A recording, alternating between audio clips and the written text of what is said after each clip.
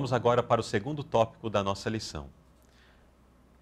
O tópico anterior concluiu falando que nós devemos ser luz nesse mundo. E para ser luz no mundo, nós entendemos que existem diversos aspectos que diz respeito ao cristão, ao seu modo de ser. E será que ao seu modo de vestir também? Bom, nós vamos ver um pouco mais ao longo dessa lição, a partir desse tópico. Vestes de luz. Primeira pergunta. Por que é importante examinar o início do mundo para entender o plano divino quanto à maneira como nossos primeiros pais se vestiam?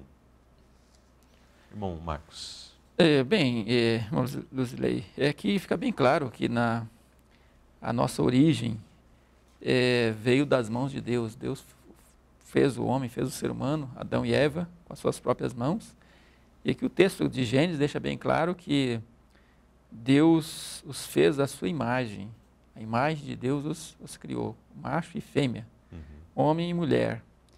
E isso envolvia vários aspectos, aspectos morais, espirituais, aspectos internos, externos, aparência física. E entre isso aí nós temos aqui a questão da veste. Eles não tinham vestes artificiais, porque assim como Deus, conforme diz aqui no Salmo 104, verso 1 e 2, ele se cobre de luz como de um vestido, então assim também o primeiro casal, eles eram vestidos ou revestidos como a luz, uma clara e bela luz, de acordo com a nota aqui explicativa, que era a luz de Deus. Então, isso revela que o plano de Deus, o homem estivesse bem, ter um vestuário, ter uma cobertura. E naquele tempo, antes do pecado, era esta veste de luz.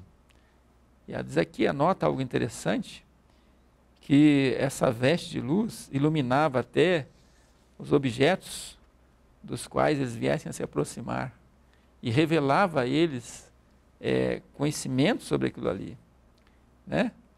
Não havia nada que obscurecesse a percepção do casal quanto ao caráter ou às obras de Deus. Aí eu fiquei imaginando, bom, ele se aproximava de um elefante e aí aquela luz que o circundava era como se desse um raio-x, ele entendia tudo sobre o elefante.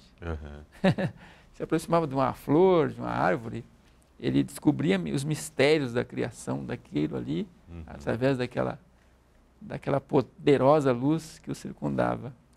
E essa percepção posteriormente se perdeu. Hoje, quanto tempo é preciso de estudo, de busca do conhecimento para desvendar mistérios da natureza.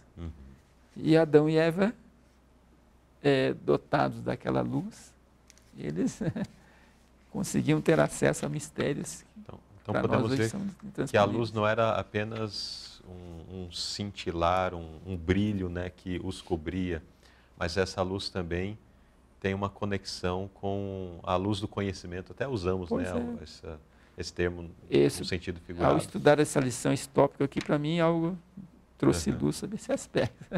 Certo, muito bem.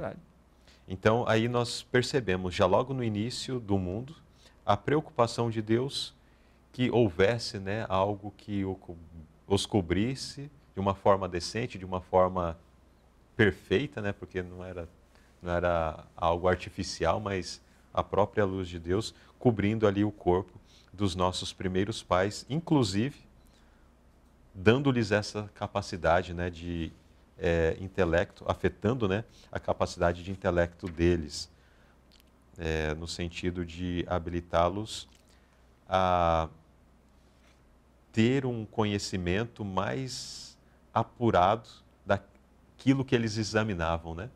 Então, essa luz transpunha o limite de apenas ser um brilho, né?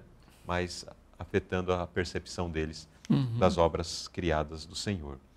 Agora, na pergunta B, que mudança aconteceu assim que o pecado entrou? O que aconteceu com essa luz, né? E o que isso simboliza? Bom, após a entrada do pecado, várias coisas se alteraram. a natureza foi alterada, a natureza deles foi alterada. Eles sentiram medo de Deus, e tiveram percepção das consequências do pecado. E uma delas, de imediato, foi a ausência daquela luz. Eles perderam aquela glória. Como diz o apóstolo Paulo aos Romanos, todos pecaram, destituídos estão da glória de Deus. E ali, a glória de uma forma visível. Aquela luz que os circundava se esvaneceu. E diz o texto aqui que eles foram abertos os seus olhos e eles conheceram que estavam nus, né? Então a luz desapareceu, eles se sentiram culpados, desprotegidos e começaram a tremer e tentaram cobrir o corpo nu. Então, aqui depois da transgressão, tudo isso aconteceu, né? Certo. Agora, e o que simbolizava isso? Que simbolizava, então a luz, ela revestia lhes dava segurança, inclusive para estar diante de Deus, que era um reflexo da própria glória de Deus, né? E eles estavam ali imaculados, sem pecado, perfeitos. Quando perderam essa luz, isso lhes deu medo, lhes deu temor, e criou neles aquela necessidade de ter algo para se cobrir, para estar na presença de Deus. Então nós percebemos que essa luz ali simboliza algo que nós precisamos para estar na presença de Deus. Antes eles tinham essa dotação natural que Deus tinha colocado neles, num casal sem pecado. Agora nós temos que entender, que vamos entender na sequência da lição, que simboliza agora para nós, na condição de pecadores, como a gente recuperar a condição de estar diante de Deus, sem aquela vergonha, sem esse medo, de forma respeitosa, mas com dignidade para estar na presença de Deus. Como fazer agora? Exato. Nós vamos ver nas próximas na sequência, né? Exato. Então, nesse segundo tópico, nós vimos e aprendemos acerca das vestes de luz, que era uma proteção para eles e era o que os habilitava também de estarem na presença de Deus de uma forma livre, né?